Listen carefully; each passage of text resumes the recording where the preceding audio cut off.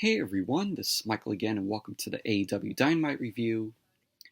Dynamite tonight was from the Coca-Cola Coliseum in Toronto, Canada. This was AEW's first Dynamite in Toronto. And the show just ended, and I gotta say, it was an enjoyable Dynamite tonight. Really enjoyed it. It was an awesome show. But tonight on Dynamite, we had Luchasaurus versus Jungle Boy. We had Warlow and Samoa Joe team up to take on The Factory, Nick Comorato, and QT Marshall. We also saw Swerve Strickland versus Billy Gunn. The Ring of Honor World Championship was on the line, where Chris Jericho defended the title against Bryan Danielson. And we also saw a women's tag team match. Toni Storm and Hikaru Shida teamed up to take on Dr. Britt Baker, DMD, and Jamie Hayter. And the main event, the All-Atlantic Championship was on the line. Pac defended the title against Orange Cassidy. Overall, Dynamite was an enjoyable show tonight. Good show from Toronto. And the crowd was very loud there. But let's get on with the review. Dynamite opened up tonight with the newest member of the AEW broadcast team. And that person is Renee Paquette, formerly known as Renee Young when she was in WWE. And it was good to see her back on TV. Of course, she's John Moxley's wife. And the news of her joining AEW broke out today because AEW posted it on their social media.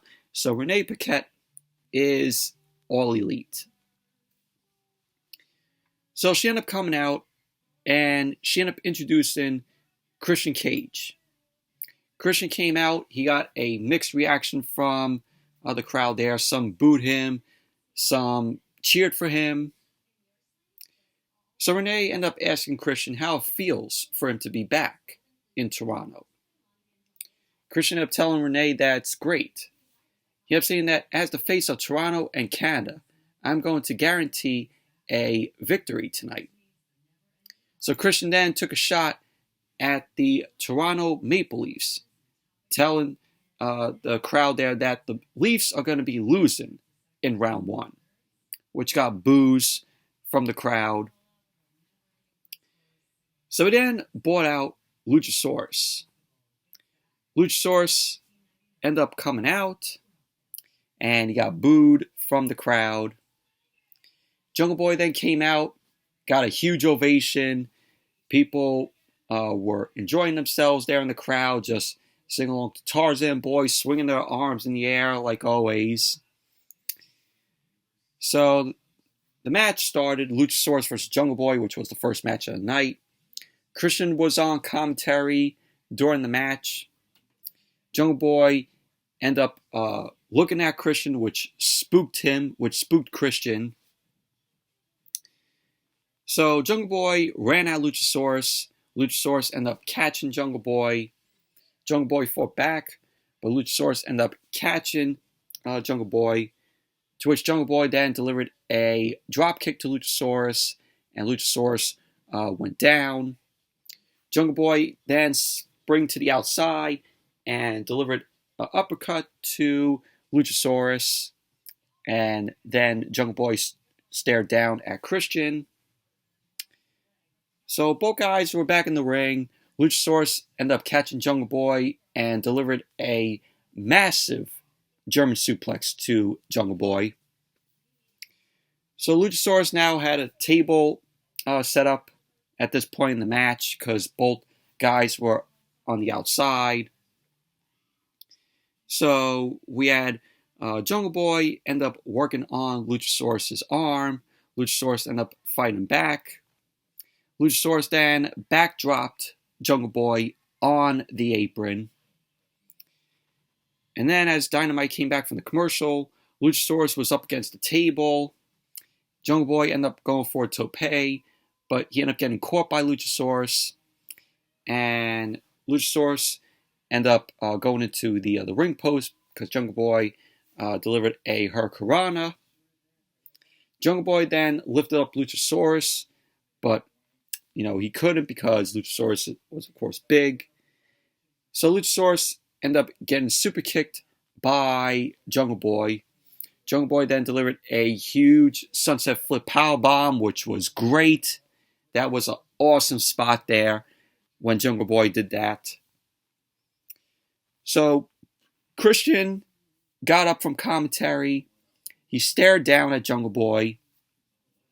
So Luchasaurus sat up just like he was Kane. So Jungle Boy ended up delivering 2 super kicks to Luchasaurus. And then he ended up hitting the fossilizer to Luchasaurus. Jungle Boy ended up going for the cover. Luchasaurus ended up kicking out. So Luchasaurus had Jungle Boy on the top rope. Jungle Boy ended up fighting Luchasaurus off. So Jungle Boy ended up having Luchasaurus set up and ended up delivering 10 punches to Luchasaurus. Luchasaurus was in the Tree of Woe, but Luchasaurus ended up catching Jungle Boy, slammed him down to the mat, and he delivered a huge choke slam. So Luchasaurus ended up going for the cover. Jungle Boy ended up kicking out. So Jungle Boy was fighting off Luchasaurus, ended up hitting the crucifix bomb to Luchasaurus. Jungle Boy ended up going for the cover. Luchasaurus kicked out. So we had Jungle Boy end up hitting the kill switch to Luchasaurus, and he went for the cover again. Luchasaurus kicked out, and then Jungle Boy went into the snare trap. Luchasaurus was crawling to the ropes. Jungle Boy ended up trapping Luchasaurus' arm. Luchasaurus was fighting that Jungle Boy, but he barely got to the ropes. Christian then distracted Jungle Boy. Luchasaurus ended up hitting a huge top rope choke slam to Jungle Boy. Luchasaurus ended up hitting the Burning Hammer to Jungle Boy, and he ended up going for the cover. And there you go. Luchasaurus ended up winning the match. Luchasaurus ended up getting the win on his former tag team partner. But overall, I thought this was a good match, and it progresses the feud still with Jungle Boy and Christian. Of course, Christian is still injured. His arm is in a sling. But overall, this was a good match. Both Luchasaurus and Jungle Boy worked really well here. And then we saw Renee Paquette. Renee Paquette was backstage with The Firm, with Stokely Hathaway and Ethan Page. And Matt Hardy and Private Party ended up interrupting them. And was made aware that The Firm bought out Private Party because Stokely Hathaway ended up revealing that they have purchased Private Party's contract. So Matt Hardy ended up saying that he will fight for their contracts. So Ethan Page ended up insisting they fight for themselves and that he will face Isaiah Cassidy, which that match is going to be taking place on Rampage on Friday. But Ethan Page ended up saying that if he wins, The Firm will own Matt Hardy's contract as well. So there you go. Page ends up winning. Both Private Party, which, Private Party's contract is now purchased by The Firm, according to Stokely Hathaway. So not only do they have Private Party's contract, but they will own Matt Hardy's contract. So, but that was that. And then we had the second match, which was Samoa Joe and Warlow versus QT Marshall and Nick Comorato of The Factory. This was just a short match. This was a squash match, in my opinion. Before the match got underway, QT Marshall was on the mic. He started mocking the new tag team name for Warlow and Samoa Joe, which they were calling themselves War Joe. So then Warlow ended up coming out. the TNT champion, who had a awesome match last week with Brian Cage. Just a very good match that was. So then Samoa Joe ended up coming out. Samoa Joe ended up taking out QT Marshall with a senton and a drop. And all four men were brawling in the ring. Samoa Joe delivered some punches to QT Marshall. He ended up going for a muscle buster, but Nick Comorato ended up stopping Joe. Joe came back and chopped Nick Comorato. And Warlow delivered a shoulder block and a headbutt to QT Marshall. So Warlow delivered a lariat to QT Marshall. Nick Comorato then tagged in. And Warlow delivered a belly-to-belly to Comorato.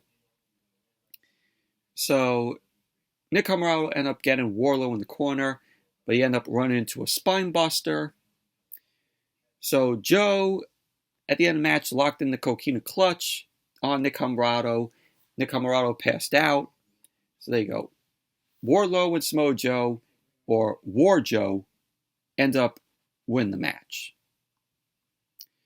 Post-match, Warlow delivered the Powerbomb Symphony on QT Marshall, and the crowd was loving it. The crowd was loving the Powerbomb Symphony that Warlow was delivering to QT Marshall.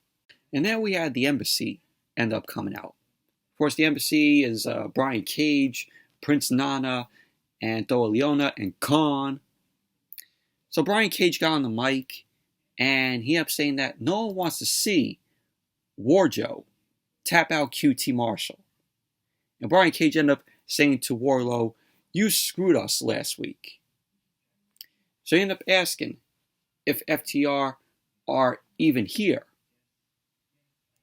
So FTR's music ended up hitting. They got a huge pop from the crowd. The crowd was chanting for FTR. So Harwood and Wheeler came out. They were smiling. They headed down to the ring. Dax got on the mic. He ended up saying that he has the best partner for Rampage. And it starts at 10, 10, 10. And it was Shawn Spears. Shawn Spears came out. He made his return to AEW tonight on Dynamite. Came out to a big ovation. So Spears ended up throwing Aaron Solo in the ring. Aaron Solo ended up getting laid out by FTR. And pretty much that was basically that. Shawn Spears is back. Made his return. But he returns as a babyface. Overall, this was a decent segment here. Glad that Shawn Spears is back. And then we had Tony Schiavone. Tony Schiavone was backstage with Chris Jericho, the Ring of Honor World Champion, and Matt Menard and Angelo Parker. So, Angelo Parker ended up talking to Bryan Danielson, saying that he made it personal, how he broke the family up. So then Matt Menard was talking to Daniel Garcia, ended up saying that he promises they will do more than hurt Daniel Garcia. To which Jericho ended up saying that he was forced to hurt Daniel Garcia, thanks to Bryan. He ended up saying sports entertainers win every time, but not tonight. I am the Lionheart, and I will outfight, outwrestle, and leave still the Ring of Jericho champion, and still be the Ocho. So that was what Jericho had to say. That was that. And then we had Swerve Strickland versus Billy Gunn. Swerve ended up coming out first, and then Billy Gunn was accompanied by the Acclaimed. Max Caster, of course, did his rap, talked about being down Swerve and how he's getting put on ice like Austin Matthews. So that's what Max Caster said, just rapping to Swerve. So then we heard a "Scissor Me Daddy" ass chant break out from the crowd. So the match started off with Swerve Strickland. He was talking trash to Billy Gunn, and Billy Gunn delivered a right hand to Swerve. Billy Gunn delivered a shoulder block to Swerve, and then Swerve ended up coming back with an elbow. He delivered a drop kick to Billy Gunn. So as Dynamite came back from the commercial, Swerve was working on Billy Gunn's leg, and Swerve ended up avoiding a back suplex from Billy Gunn, which Swerve sent Billy out of the ring.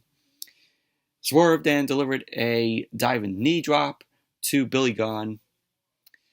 So Swerve ended up hitting body shots and jabs to Billy Gunn. Billy countered with a big tilt-a-whirl side slam to Swerve. Both men were down. Billy Gunn came back, delivered a huge slam on Swerve. He was setting Swerve up for the Famouser, but Swerve ended up ducking and hitting a flatliner. Swerve went up to the top, and he ended up hitting the Swerve Stomp to Billy Gunn. So Swerve ended up going for the cover. Billy Gunn ended up kicking out. Swerve then delivered a kick, and we had Swerve end up rolling through. He ended up grabbing the ropes, which the ref didn't even see. So Swerve ended up winning the match. So post-match, the Acclaimed ended up coming down, and just Swerve was doing the suck it to Billy Gunn. So the Acclaimed were going to do the Scissor Me Daddy, but they were interrupted by Mark Sterling and Toni Nese. And at that point, I think people were already reaching for the remotes to mute the TV. So Mark Sterling got on the mic, and he ended up saying that he now owns Scissor Me in pro wrestling. So he ended up telling the Acclaimed that means that the Acclaimed can't do any more of their stuff, with the Scissor Me. And that all the merch goes to him, goes to Mark Sterling. So the Acclaimed and Billy Gunn, they end up going to do the scissor, but Mark Sterling was like, no, don't do it. Don't do it. If you do it, you are going to forfeit the World Tag Team titles. So Mark Sterling ended up saying that he is willing to work with the Acclaimed. And he ended up saying, Scissor Me, Daddy Nese. To which Mark Sterling and Toni Nese ended up doing the scissors. Very corny, awful. And it got boos from the crowd. So yeah, Mark Sterling now owns the trademark Scissor Me. But overall, it was a pretty good match from Swerve and Billy Gunn. Billy Gunn could still go at his age, which is great. So then we saw Alex Marvez. Alex Marvez was backstage with MJF. MJF was then interrupted by Stokely Hathaway. And he ended up saying, I'm going to put you on timeout. If you get in my business again, I will fire you. Take your ass out of my shot. Thank you. To which he said to Stokely Hathaway, which MJF said to him. So MJF ended up saying to William Regal that Regal is as villainous as Mary Poppins, and he isn't afraid to tell you a violent story. MJF ended up saying that last week. He doesn't know if he was shaking his hand. He doesn't know if he was shaking William Regal's hand. He ended up saying, I know everyone hates me, but guess what? They don't have a clue. What it's like to always have to be the bad guy. He ended up saying, I broke my hand punching my own reflection. You don't like me? Tough shit. I don't like me either.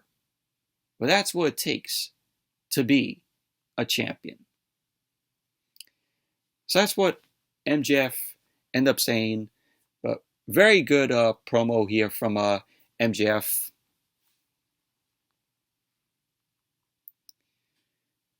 And then we had Tony Schiavone. Tony Schiavone was in the ring. He run down what we're going to see next week on Dynamite from Cincinnati, which will be on Tuesday night next week. It's going to be on Tuesday night because next Wednesday they're doing the American League Championship, for baseball. So it's going to be on Tuesday, 8 to 10. So AEW is going head-to-head with NXT next week, next Tuesday. But I know one show I'll be watching, and that is AEW. So, Tony Schiavone introduced Jon Moxley. Jon Moxley ended up coming through the crowd, of course, got a pop from the crowd. Tony Schiavone ended up asking Moxley about next week and him facing Hangman and Page. Moxley ended up saying that he is pumped to be in Toronto. He ended up saying, for 3 years, I have been a champion, and that everyone wants what I have, but they haven't walked in my shoes. He ended up saying, you have a target. People want everything from you, whether success or failure. Some faster than others. Moxley then wants to say that I don't have the luxury of doubt or hesitation. It's a dirty job, and you got to be ruthless and indiscriminate. So he ended up calling out Hangman and Page. Page ended up coming out, got a nice ovation from the crowd. He was wearing some jeans with tassels attached to it. Page ended up offering his hand to Moxley without saying a word. Moxley gave Page the mic. So he ended up saying, what do you have to say? Say it to my face. No, you said it all last week. You said you respected me, and I would be lying if I didn't tell you that coming from you. It meant the world to me. Page ended up saying, I have watched you these past 3 years, and respect you in and out of the ring. Hell of a father, wrestler, husband. I see the man I want to be when I see you. So, they're showing MJF. He was in the stands, just watching this go down between Moxley and Page. So Page ended up saying that he can watch whatever he wants. So Page ended up getting upset that Moxley called him a nice kid. And he ended up asking if he's a kid. Moxley ended up saying that's exactly what he thinks. Same kid who knocked me off the ladder. He ended up saying that if you have the chance to take me out, you don't have the guts to pull the trigger. Page ended up talking about going for things with his best friends. Some who disappeared, and some who haven't. He ended up saying that he's pissed. He can't sleep. Medicine isn't working. But I am still here because I am the man. So Page ended up talking about the ups and downs of his life and how he started punching himself. He ended up saying, I know what I have to do. I don't care who is there. I will beat you within an inch of your life and take back the thing I should have never slipped away. He ended up saying, I have nothing now except the shot and my word. He ended up saying, Tuesday is my shot and tonight is my word, and I will be the next AEW World Champion. So the crowd was then chanting for MJF, and Page ended up saying that he wanted to face him man to man. And Moxley ended up just smiling, stared down at Page, and pretty much that was that. But overall, this was a very good segment, and Page was great on the mic here, very aggressive for himself. So, but it was a very good segment. And then we had Bryan Danielson versus Chris Jericho, the Ocho Chris Jericho, for the Ring of Honor World Championship. This was a good match here, very enjoyable. Bryan ended up coming out. He got a huge ovation from the crowd. So Jericho then came out, and he was accompanied by Matt Menard and Angelo Parker.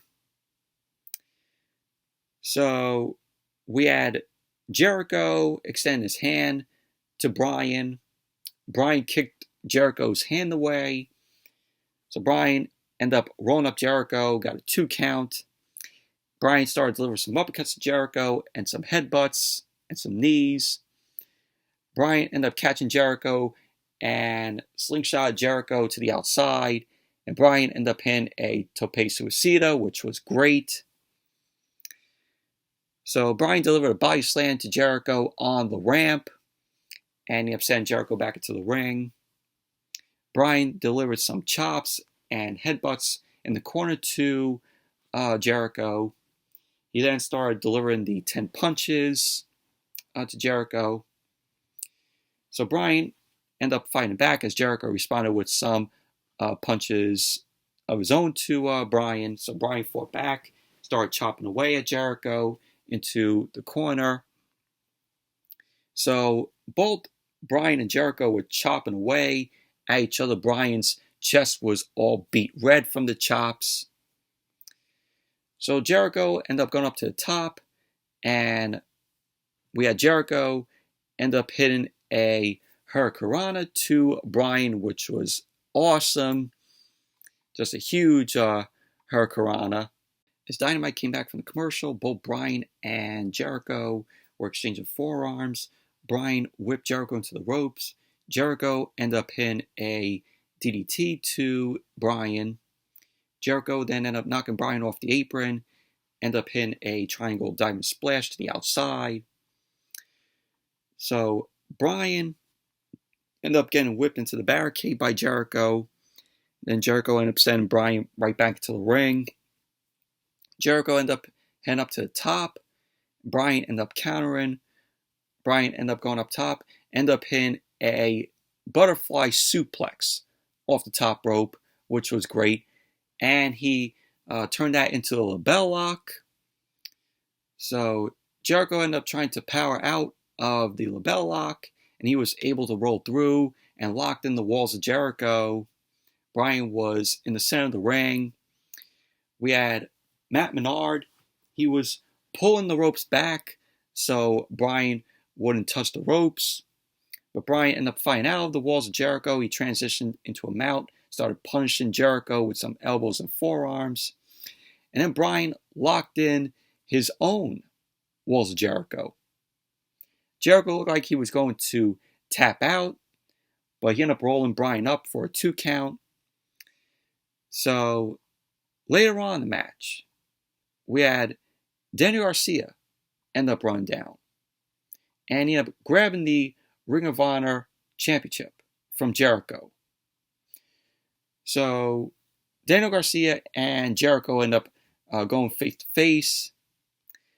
Bryan ended up hitting the knee to Jericho. Daniel Garcia attacked Bryan. And I was like, wow. Daniel Garcia attacked Bryan. And he laid him out with the Ring of Honor Pure Championship. So Bryan was completely out. Jericho ended up going for the cover. And there you go. Jericho ended up winning the match, retaining the Ring of Honor World Championship. Post-match, the Jericho Appreciation Society ended up celebrating the ring. And we had the Blackpool Combat Club end up coming out. And they weren't too pleased. And they were surrounding the ring.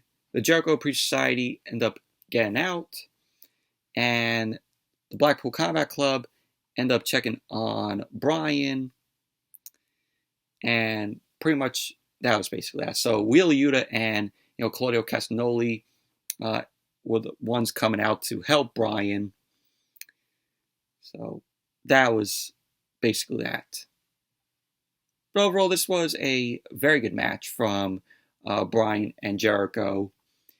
And Daniel Garcia is back with the Jericho Appreciation Society. And then we saw Renee Paquette. Renee Paquette was backstage with Nyla Rose, Marina Snorfear,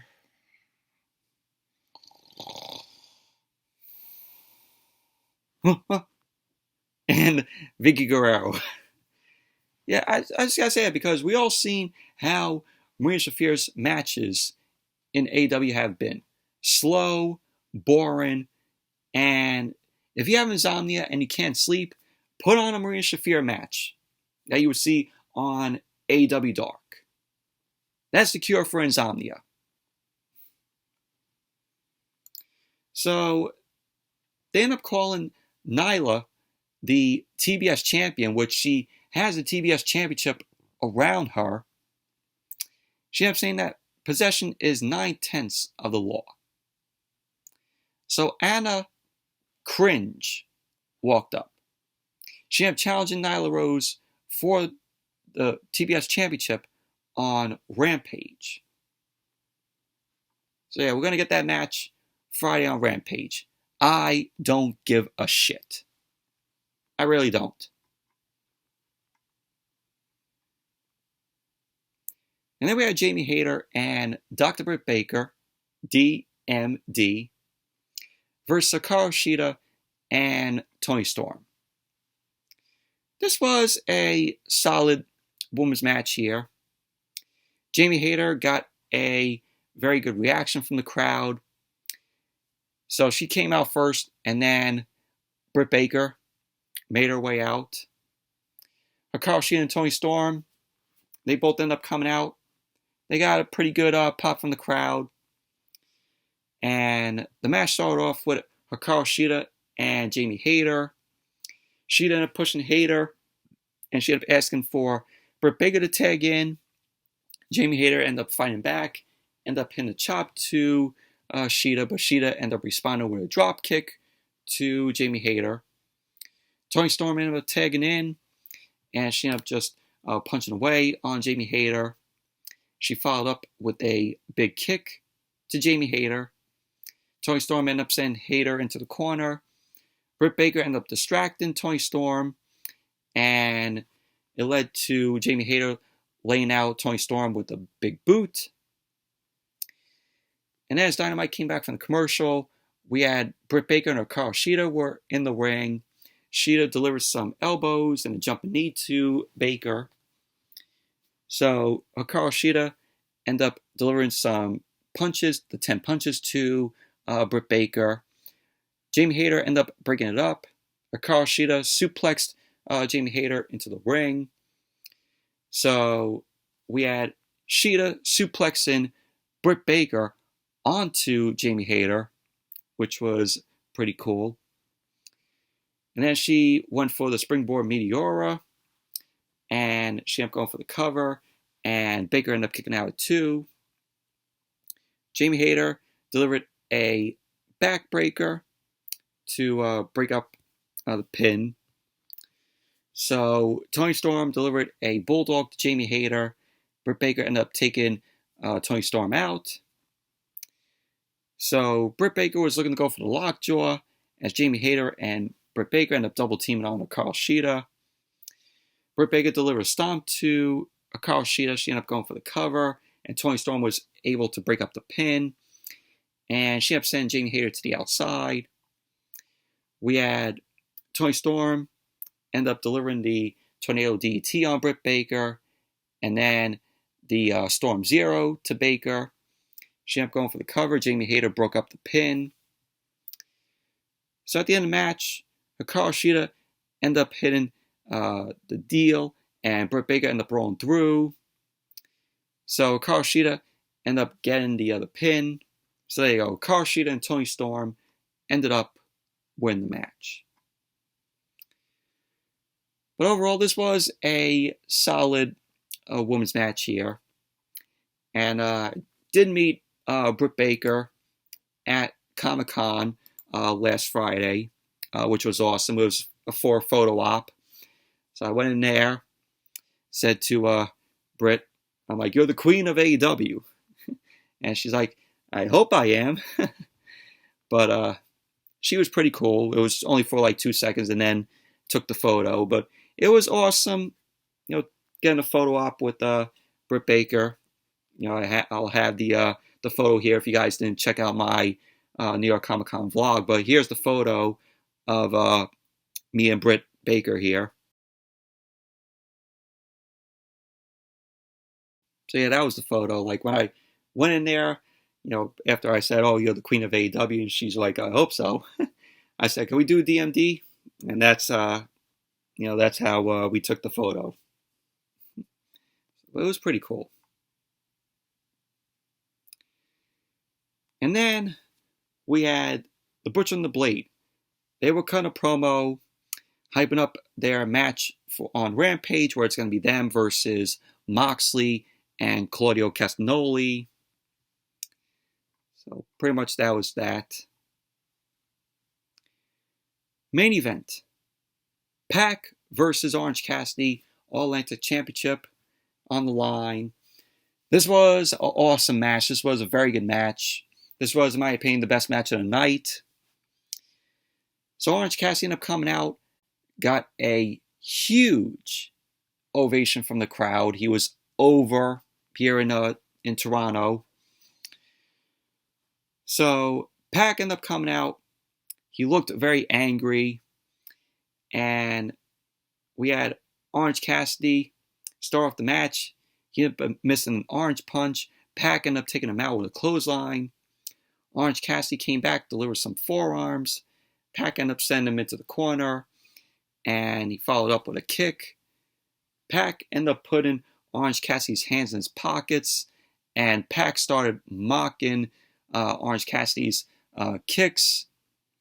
Orange Cassidy just took it in as the crowd was building up for Orange Cassidy to lay Pac out.